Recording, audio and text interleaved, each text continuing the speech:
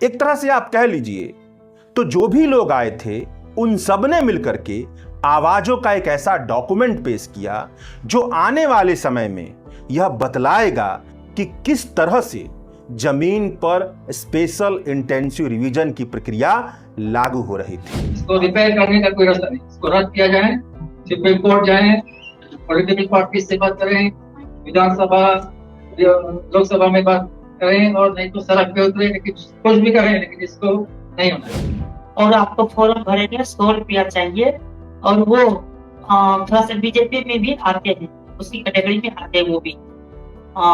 ऐसे लोगों को बोले मेरे पास पैसा नहीं है, बोले कर्ज ले लो लेकिन दो, और फोटो खिंचा के दो, फोटो कॉपी करा कर दो, नहीं तो यहाँ से आपका नाम हट जाएगा। जब फूल कुमारी देवी ने आकर के यहाँ पर कहा कि वो मजदूर महिला है और उसके घर में जो बचा हुआ चावल था वो बेच करके उसने फोटो खिंचवाने के लिए वो गई, 2 दिन उसने अपनी मजदूरी छोड़ी, घर का धान बेच दिया और वो भूखी रही, और अभी भी उससे पता नहीं है कि उसका नाम वोटर लिस्ट में आएगा या नहीं आएगा। जो सुमित्रा जी के संग दिक्कत आ रही है, पैनल ध्यान देगा, वो कई महिलाओं के संग आ रही है जिनका 2003 और 2025 दोनों पे नाम दिए। उनसे कहा जा रहा है कि अपने माँ पापा के घर के कागज चाहिए जो वो नहीं ला सकती है। इनके केस में उनका देहांत हो चुका है बचपन में ही, और ऐसे कई केस है जहाँ यंग औरतें अपनी ससुराल में रहती है, मायके से कागज नहीं ला सकती। वो 3 लोगों का रिसीविंग फोटो कॉपी कराए थे, तब हमको मजबूरन मतलब एक दबाव के तरफ में वो रिसीविंग दिया, और बाकी किसी को रिसीविंग मेरे गांव में भी किसी को नहीं दिया। मेरा मम्मी पापा पहले हमसे जाने से पहले जमा कर दिया था, उनको भी नहीं। नमस्कार साथियों, मैं Ajay Kumar. Special intensive revision पर बिहार की राजधानी पटना में एक जन सुनवाई हुई। इस जन सुनवाई में भाग लेने के लिए बिहार के 15 से ज्यादा जिलों के लोग आए थे। इन सब लोगों ने एक एक करके स्पेशल इंटेंसिव रिवीजन पर जो उनका अनुभव रहा है उसको सबके सामने पेश किया। जैसे जैसे वह अपना अनुभव पेश कर रहे थे वैसे वैसे चुनाव आयोग का स्पेशल इंटेंसिव रिवीजन पर SIR पर जो प्रचार प्रसार है उसका भांडाफोड़ हो रहा था। जो चुनाव आयोग स्पेशल इंटेंसिव रिवीजन पर नियमावली गिनवाती है, दिशा निर्देश को बताती है, वह जमीन पर किस तरह से लागू हो रही है उसका रेसा रेसा उजागर हो रहा है। एक तरह से आप कह लीजिए तो जो भी लोग आए थे उन सब ने मिलकर के आवाजों का एक ऐसा डॉक्यूमेंट पेश किया जो आने वाले समय में यह बतलाएगा कि किस तरह से जमीन पर स्पेशल इंटेंसिव रिवीजन की प्रक्रिया लागू हो रही थी। और यह जो जनसुनवाई हुई वह एक विशिष्ट पैनल के सामने हो रही थी, जिस पैनल में मौजूदा दौर के जाने माने समाजशास्त्री, अर्थशास्त्री, लेखक, सामाजिक चिंतक, कार्यकर्ता और अपने जमाने के न्यायाधीश, सूचना आयुक्त सब लोग शामिल थे। तो इनकी क्या टिप्पणियां रही हैं और इस जनसुनवाई के दौरान लोगों ने क्या अपना अनुभव साझा किया, उन सब को आप इस वीडियो में सुन सकते हैं।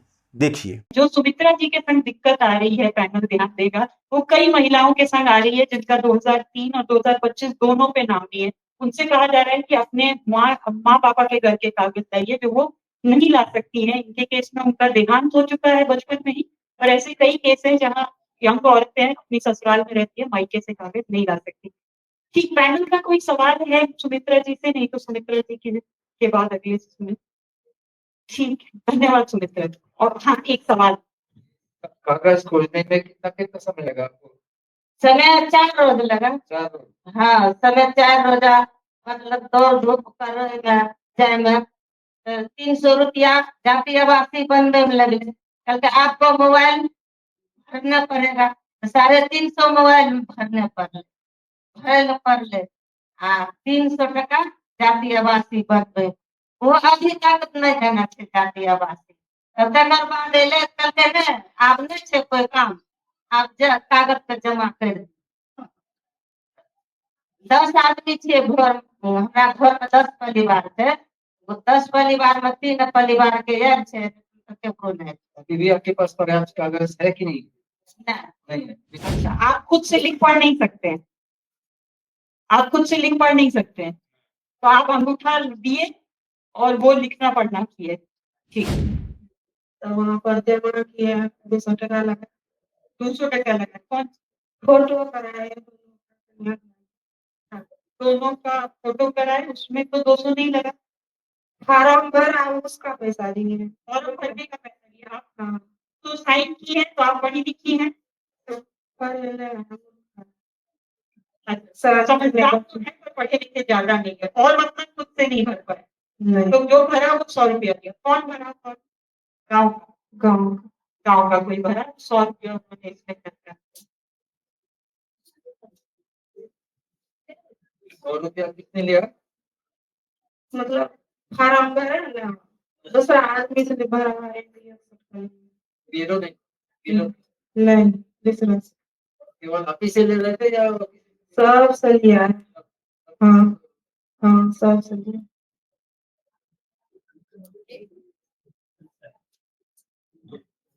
जो आदमी फॉर्म भरा था वो कोई पार्टी का आदमी है या ऐसे ही गांव का कोई आदमी है?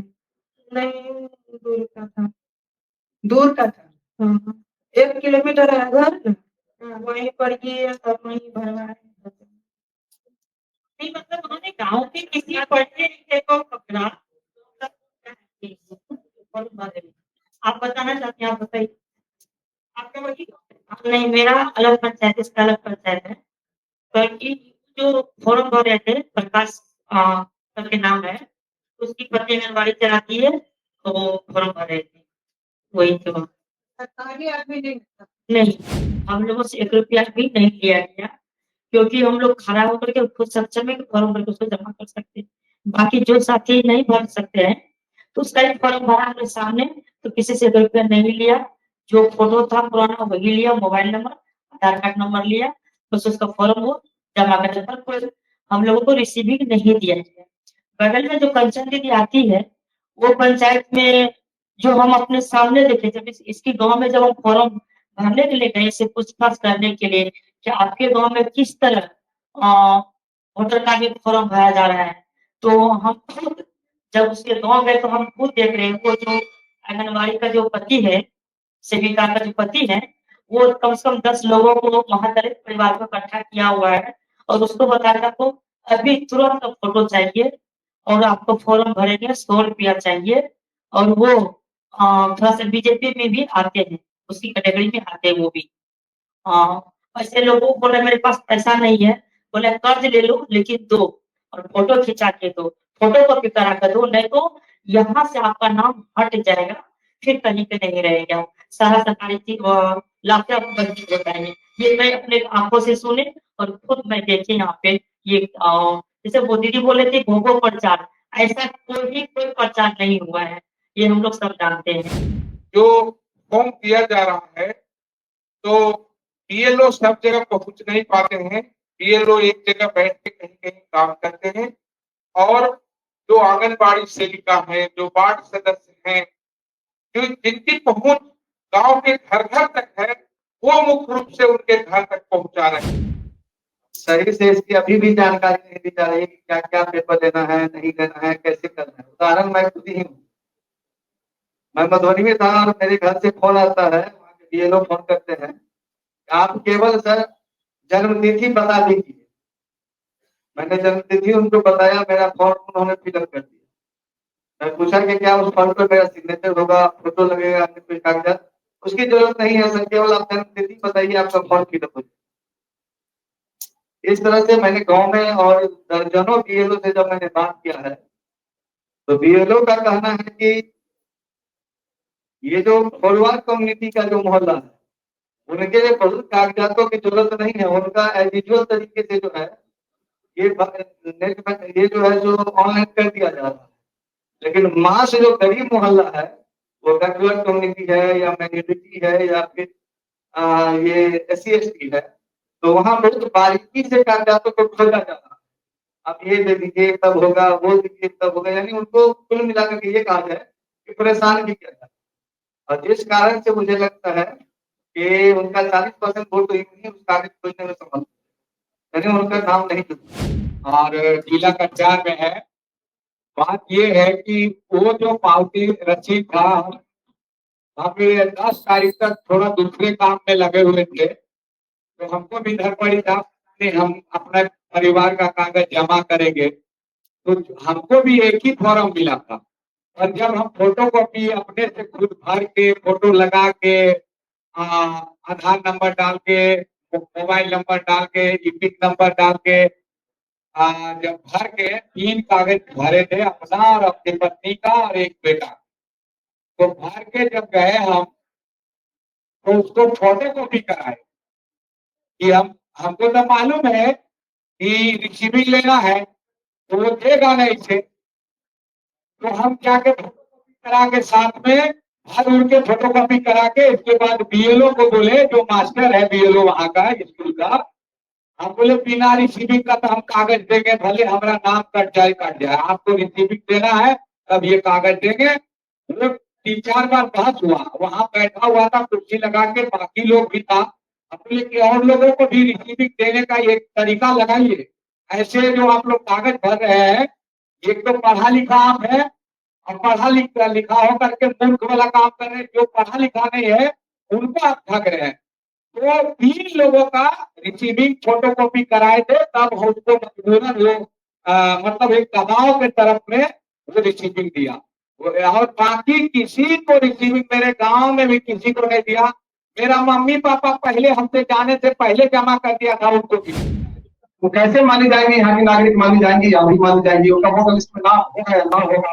वो जो बता रहे हैं कि नेपाल से एक नेपालियों का नाम है, तो इस तरीके, और ये संख्या हजारों में, 1-2 की सैकड़ों की संख्या में नहीं है, क्योंकि हम लोग भारत चुनाव अभियान से जुड़े हुए हैं, तो जब भी देखते हैं पता पूरी तरीके से करने पर काफी बड़ी संख्या में जो महिलाएं इधर आती है शादी विवाह करके, एक बड़ा प्रॉब्लम है। हम लोगों को लग रहा है कि निश्चित रूप से उन लोगों का नाम काट करके हटा दिया जाएगा। ये लोग प्लानिंग कोई रिसीविंग नहीं दे रहे हैं, कोई दावा हम कर नहीं सकते। हमारे साथी बोल रहे थे जाकर के हम कोर्ट में जाएंगे, ये करेंगे वो करेंगे, बिना रिसीविंग काम क्या करेंगे। ये पूरी तरीके से लोगों को परेशान करने के लिए, तबाह करने के लिए ये लोग पता नहीं क्यों कर रहे हैं, समझ से बाहर आ रहा है। हम लोग का मानना है कि अगर आपके पास में 10, 20, 50 100 तो बताइए कि कौन बांग्लादेशी आ गया, कौन नेपाल का नागरिक है, एडवोकेट के सामने पब्लिक में उनको रखना चाहिए। बस इतना ही मतलब। सुशील जी, सुशील यादव।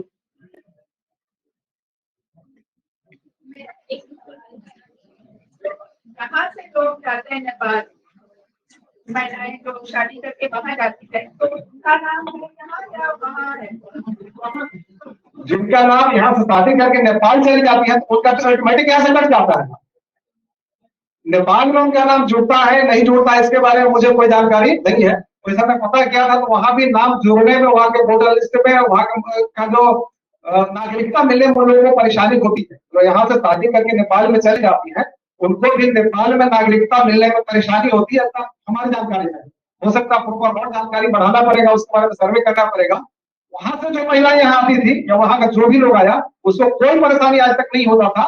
वो शादी करके आ गई तो पूरी तरीके से मान लिया जाता था कि वो यहाँ की हो गई, उनका नाम जो है कोई परेशानी था, हस्बैंड का नाम लिखाया फिर आ गया। अभी आकर के इसमें तो अभी जो परिस्थिति आ गया है 2003 के बाद, उसमें तो परेशानी होगी। 25 नवंबर 1949 को बाबा साहब ने कॉन्स्टिट्यूएंट असेंबली में भाषण दिया, अंतिम भाषण उनका है। उसमें जो एक बाकी कई चीजें हैं, इंडिपेंडेंस हमारी रहेगी जाएगी, उस पर कंसर्न था, लोकतंत्र हमारा रहेगा जाएगा, इस पर कंसर्न था, और कंक्लूडिंग था कि हमारे जो लोग हैं ये फॉर द पीपुल डेमोक्रेसी की बात तो करना चाहते हैं, लेकिन of the people and by the people के लिए कतई तैयार नहीं है, इसके लिए काम करना है। अब जो स्थिति आ गई है तो फॉर द पीपुल वाला भी नहीं रह गया है, उसे भी आगे चली गई है बात। इसलिए डेमोक्रेसी पूरे के पूरे खतरे में है। ये बहुत सुनना बहुत मार्मिक था जब फूल कुमारी देवी ने आकर के यहाँ पर कहा कि वो मजदूर महिला है और उसके घर में जो बचा हुआ चावल था वो बेच करके उसने फोटो खिंचवाने के लिए वो गई, 2 दिन उसने अपनी मजदूरी छोड़ी, घर का धान बेच दिया और वो भूखी रही, और अभी भी उससे पता नहीं है कि उसका नाम वोटर लिस्ट में आएगा या नहीं आएगा। फूल कुमारी देवी का ये सवाल हमारे लोकतंत्र पर, हमारे पूरे चुनाव आयोग पर और हमारी पूरी व्यवस्था पर बहुत बड़ा सवाल है, और इस सवाल को जवाब की बहुत जरूरत है। पहले ये है कि इस एसआईआर का उद्देश्य स्पष्ट नहीं, 20 पन्ने का ऑर्डर पड़ेगी तभी आपको समझ नहीं आएगा कि एक्चुअली इसका उद्देश्य क्या है। उद्देश्य स्पष्ट नहीं है, लेकिन इसका नतीजा स्पष्ट है। इसका नतीजा, मुख्य नतीजा क्या होगा कि तरह तरह के लोग चुनाव से वंचित होंगे। आज हमारे सामने सबसे खतरनाक आंकड़ा ये आया है, ये भारत जोड़ो अभियान के सर्वेक्षण से आया है कि 37% लोगों को के पास पर्याप्त दस्तावेज नहीं। और याद रखिए, राजेंद्र नारायण जो प्रस्तुत किया है अपने प्रवासी मजदूरों के सर्वे से भी पता चला कि 33% मजदूर हैं जिनके पास दस्तावेज नहीं। तो ये सबसे बड़ा खतरा है। और वोटर लिस्ट से किस समुदाय को निकाला जाएगा, किस वर्ग को निकाला जाएगा, किस पार्टी का समर्थक को निकाला जाएगा, आप समझते। तो ये सबसे पहला समस्या है। दूसरा समस्या है जो हमारे सामने आया है, ये है कि एसआईआर बिल्कुल प्रैक्टिकल नहीं है, असंभव है। इतना जल्दी से इतने से दस्तावेज लेना, ये असंभव है। और इसके कारण तीसरा समस्या आ रहा है कि नियम से काम नहीं हो रहा है, जल्दबाजी से काम हो रहा है, सर्वे नहीं हो रहा है, रिसीट नहीं दिया जा रहा है, डुप्लीकेट फॉर्म नहीं दिया जा रहा है, घूस दिया जा रहा है, ये लोग अपना लॉगिन किसी को दे रहा है, तरह तरह के हैं। चौथा, इसके कारण फर्जी कम हो रहा है। तो आपका लिस्ट जो साफ करने की कोशिश कर रहे हैं वो और गंदा हो जाएगा, तो तरह तरह का फर्जी सूचना हो जाएगा। आगे लोगों को परेशानी, अच्छा टाइम वेस्ट, 3-4 दिनों तक दस्तावेज का बोझ, और ये खत्म नहीं हुआ, और होने वाला है कि कुछ हफ्तों में करोड़ों लोगों को फिर से अपने दस्तावेज के पीछे, टाइम का खर्चा, पैसे का खर्चा, और उसके आगे समस्या सरकारी कर्मचारियों का टाइम वेस्ट, टीचर, सहायिका, कार्यकर्ता, ये लोग तरह तरह के। किसी ने कहा कि जितने सरकारी कर्मचारी है वो सब इसी में लगे महीनों तक। आप समझ सकते हैं इससे सार्वजनिक सेवाओं का क्या होगा। तो याद रखिए, अगले साल फिर से आने वाला है, अगले साल सेंसस आ रहा है, जनगणना हो रहा है, फिर से पूरा सरकारी तंत्र उसी में लग जाए। बिहार का विकास का क्या होगा। And the last point I'll take in English because it's very easy for me to explain.